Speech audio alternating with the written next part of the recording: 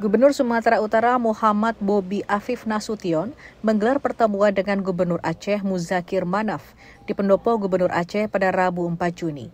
Usai pertemuan tersebut, Bobi menyebutkan keinginannya untuk melakukan pengelolaan bersama sumber daya yang ada di 4 pulau yang sedang menjadi polemik, yaitu Pulau Panjang, Pulau Lipan, Pulau Mangkir Gadang, dan Pulau Mangkir Ketek. Sebelumnya, pengelolaan pulau tersebut masuk dalam wilayah Kabupaten Aceh Singkil, Provinsi Aceh. Namun sejak terbitnya keputusan Menteri Dalam Negeri pada 25 April 2025 lalu, wilayah tersebut menjadi milik Provinsi Sumatera Utara. Apapun potensi yang di dalamnya, kami tadi bersepakat, tadi saya sampaikan, harus bisa kita kelola sama-sama, baik Provinsi Sumatera Utara dan Provinsi Aceh. Ini kan mekanismenya bukan serta-merta kalau kami bilang kami kembalikan bisa kembali, pulaunya bukan seperti itu juga.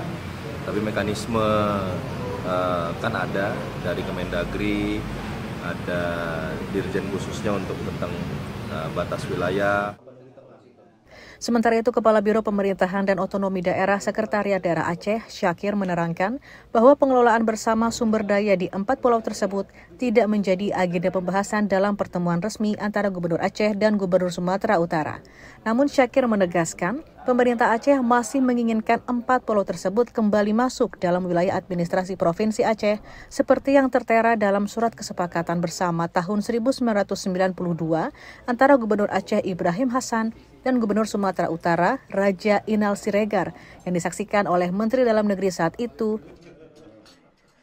Ini kan hanya persoalan karena konfirmasi koordinat yang keliru. Artinya ada kekeliruan administrasi pada tahun 2009 yang lalu. Nah, tapi pun demikian di 2018 itu sudah kita klarifikasi terhadap koordinat yang keliru tersebut.